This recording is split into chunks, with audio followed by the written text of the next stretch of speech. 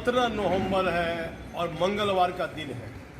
बिहार में मुख्यमंत्री नीतीश कुमार ने 7वीं बार पदभार ग्रहण कर लिया, मुख्यमंत्री बन गए। लेकिन बिहार की राजनीति में एक बात काफ़ी सुर्खियों में है कि दो उप मुख्यमंत्री, एक महिला को उप मुख्यमंत्री बनाया गया, एक पुरुष को उप मुख्यमंत्री बनाया गया। कि आखिर बिहार में 2 उप मुख्यमंत्री की क्या आवश्यकता पड़ गई, ये लेकर काफ़ी तरह की बात राजनीतिक गलियारों में सुर्खियों में है।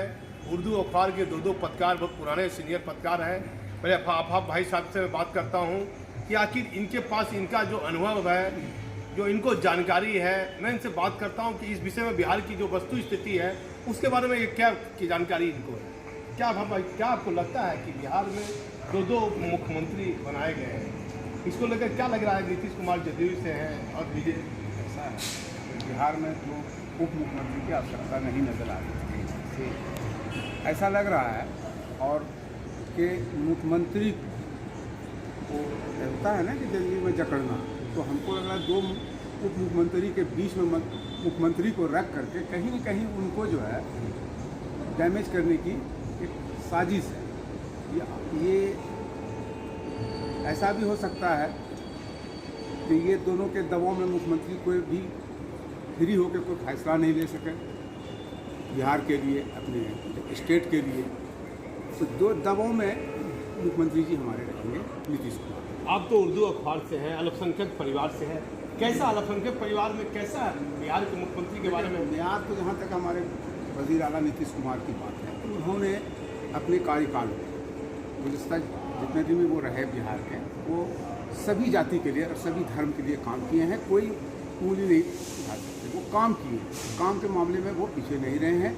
और आज हम इलाका भी घूमते हैं तो लोग भी बताते हैं इस बात को। और ये जो है आगे भी लोगों को इस बात की उम्मीद है कि मुख्यमंत्री नीतीश कुमार काम करने की चाहत रखते हैं और रखेंगे, लेकिन ये दबाव में रहेंगे और दबाव में भी पॉसिबल वो काम नहीं। सिंगल पीस चेहरा रहता। हाँ। तो बिहार में कैसा इनको समर्थन, कैसा जनदेश मिलता है, इनको जनादेश कैसा मिलता है? अगर ये सिंगल चेहरा होता तो ये खुद एक अक्सरियत में होता, ये खुद अपनी हुकूमत बना लेता। तो कहीं ना कहीं बीजेपी के साथ ये है, तो आपको लग रहा है कि कहीं ना कहीं कमज़ोर है? नहीं, कमज़ोर नहीं है। इन्होंने वो जो अलायंस का धर्म को निभाया नीतीश कुमार ने, इसमें कहीं कोई दो राय नहीं है। अब इनके साथ उसी अलायंस से एक चेहरा निकल करके चिराग पासवान की शक्ल में वो नीतीश के अगेंस्ट मैदान में उतर गया। तो इससे नीतीश को कहीं न कहीं नुकसान हुआ है। अब जब अलायंस में 3 आदमी है तो एक क्यों बाहर हुआ? क्या नीतीश कुमार तो बड़ा अनुभवी नेता हैं और छात्र जीवन से नेता में आए हैं, क्या उनको सब बात की जानकारी, अनुभव नहीं होगा? उनको नहीं जानकारी होगी? वो साबिर जिसको कहते हैं ना, बहुत सी चीज़ों को वो बर्दाश्त करते हैं और वक्त आने पर उसका रिजल्ट दिखाते हैं। उनको भी अफसोस होगी इस बात की। ऐसी बात नहीं है कि वो जब जो इंसान काम करने की सलाहियत रखते हों, काम करने का इरादा रखते हों, मुस्तकबिल संवारने का इरादा रखते हों, और उनके साथ अगर इस तरह का मतलब कोई भी मतलब साथ रह के अगर कोई धोखा दे तो उनको थोड़ा सा दिल पे तो खल ही रहा होगा, इसमें तो कोई शक नहीं। और वो अनुभव कर भी रहे हैं, और आगे वो उनको क्या सोचेंगे ये तो नीतीश कुमार हमारे से बेहतर जानते हैं। हमारे वज़ीर आला हैं अभी बिहार के, और उनसे अच्छी उम्मीद है। लेकिन एक पत्रकार मेरे पास में और है, मिन्नाज आलम से मैं बात करूँगा। आफाफ भाई से मेरी बात हो गई, मिन्नाज जी आप आइएगा। मिन्नाज आलम से मैं बात करता हूँ। क्या मिन्नाज जी आपको लगता है बिहार में 2 उप मुख्यमंत्री बनाए गए हैं, क्या लगता है बीजेपी का प्रेशर नीतीश कुमार पर बना रहेगा?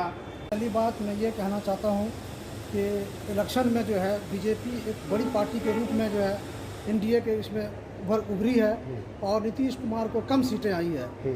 तो इसकी एक वजह यह भी है, कहीं न कहीं जो है कुछ अंदरूनी कलह हो गई जिससे नीतीश कुमार की जो है सीटें कम आई। और चूँकि नीतीश कुमार ने पिछले सालों में सभी जाति वर्ग के लिए, विशेषकर अल्पसंख्यक के लिए कुछ कई योजनाएं चलाई जिसका आवाम को फ़ायदा मिल रहा है। तो उनकी एक अपनी छवि है, उनका अपना चेहरा है मुख्यमंत्री के तौर पर। लेकिन अब देखिए 2 डिप्टी सीएम बनाया गया, बीजेपी के बीच में मुख्यमंत्री हैं और दाएं बाएं डिप्टी सीएम बीजेपी के, तो कहीं न कहीं एक दबाव बनाने की कोशिश की गई है। क्या आपको लगता है कि हर जाति की यदि बात कीजिए तो बिहार में नीतीश कुमार का कैसा नाम है, कैसी छवि है? देखिए, मैं तो ये कहूँगा कि जो मेरा अनुभव रहा पत्रकारिता का, क्योंकि मैं जनता का नुमाइंदा हूँ, तो मैंने इस चीज़ को देखा, ऑब्ज़र्व किया है कि नीतीश कुमार ने पिछले सालों में जो काम किए उसके एक अलग अपना चेहरा था, लेकिन उनको जन समर्थन पता नहीं कैसे क्या अंदरूनी कलह हुई एनडीए से, जो उनको जो है जैसे एक चिराग पासवान ने जो लोजपा से थे उनको न कहीं कहीं जो नुकसान पहुंचा उससे, और नीतीश कुमार यदि सिंगल में अगर जदयू लड़ती इलेक्शन तो इससे कहीं ज़्यादा मेजोरिटी होती और जो है उनकी अक्सरियत होती और वो मुख्यमंत्री के तौर पर जो है और बेहतर काम कर सकते। लेकिन अब जो है बीजेपी कहीं न कहीं वो दबाव में रहेंगे, चूँकि 2 डिप्टी सीएम भी हैं, उनको वो एक अकेले सिंगल कुछ डिसीजन लेने में उनको परेशानी होगी और वो शायद वो खुल करके काम नहीं कर पाएंगे और डर डर के शायद उनको लगेगा कि हम क्या डिसीजन लें कैसे लें, चूँकि दबाव उन पर रहेगा, चूँकि मेजोरिटी नहीं आई है और लेकिन वो काम करने वाले नेता रहे हैं और उनसे अपेक्षा की जाती है कि वो बिहार की जनता के लिए अच्छा काम करेंगे। एक बड़ा सवाल है, बिहार में जब चुनाव हो रहा था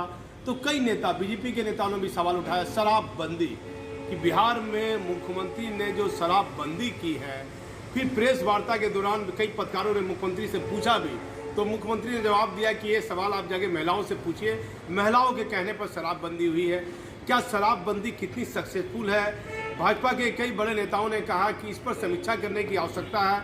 अब मैं इस पर बात करता हूँ मीनाज जी से। मीनाज जी क्या कहिएगा शराबबंदी को लेकर जो नीतीश? शराबबंदी जो है ये राजहित में है और जनता के हित में था, क्योंकि कई ऐसे लोग थे जिनकी आर्थिक स्थिति बहुत कम थी, 200, 400, 500 कमा पाते थे और वो लोग जो है अपने घर परिवार ना चला करके शराब में पैसे खर्च कर देते थे। क्या शराब बिक रही है पूरे बिहार में? हर कोने में, कस्बा में कई बड़े बड़े नेता आरोप लगाते हैं कि बिहार के हर कोने में, हर इलाके में शराब बिक रही है। शराब पर तो पूर्णतः बिहार सरकार ने पाबंदी लगाई है, लेकिन चोरी छुपे जो है शराब की डिलीवरी आए दिन अखबारों में, न्यूज चैनल में आता है कि शराब पकड़ा गया। ये तो इससे तो नीतीश कुमार की छवि पर काफी नुकसान हुआ है।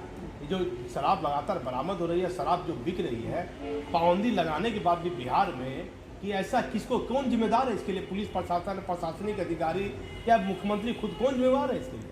इसके लिए तो सबसे पहले मैं ये कहूँगा कि पूर्णतः शराबबंदी है, लेकिन चोरी छुपे जो कहीं न कहीं एक जो है प्रशासन इस पर जो है नज़र रखनी चाहिए, उसको कहाँ से शराब आ रहा है और अदर बगल वाले स्टेट प्रशासन की ढिलाई है, लापरवाही है, जो आए दिन इतनी बड़ी खेप की शराब पकड़ी जाती है और लोग शराब पकड़े जाने पर जेल भी भेजा जाता है। देखिए बिहार में विधानसभा चुनाव में शराब के मामले को लेकर कई नेता लगातार बयान देते रहे। यदि बिहार के मुख्यमंत्री नीतीश कुमार मेरा चैनल देख रहे हैं तो मैं आपको बताता हूं कि शराबबंदी है जो आपके पूरे बिहार में सीमा क्षेत्र है, जो अलग राज्य से सटी हुई है, बिहार की झारखंड में सटी हुई है, बिहार की कई सीमा यूपी से सटी हुई है, तो आखिर बाहर से शराब बिहार में कैसे आ रही है? दूसरे राज्य से शराब कैसे बिहार में आ रही है?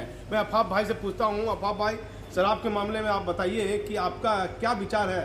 आप इधर आइए। क्या आपको लगता है कि शराब के मामले में नीतीश कुमार ने जो फैसला लिया है उसके बाद भी शराब बिक रही है, इसके लिए कौन जिम्मेवार है? देखिए ये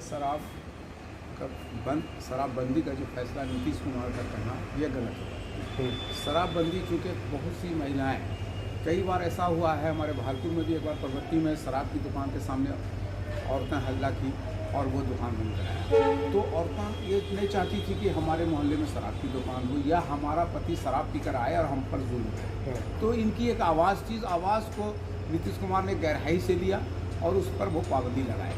ठीक है, अब शराब पर जब पाबंदी लगाई तो हमको, आपको, सभी को, बिहार की हर जनता को चाहिए कि ये पूर्णतः बंद रहे। लेकिन इसी में से हमारे बीच के कुछ गलत मिजाज के लोग हैं, गलत सोच रखने वाले लोग हैं जो शराब को इधर से उधर करते हैं। कुछ हमारे महान लोग भी हैं जो शराब पीना पसंद करते हैं, वो आजकल जो है दुकान में जाते हैं। जिम्मेवार कौन है? बिहार में शराब बिक रही है, बाहर से शराब आ रही है।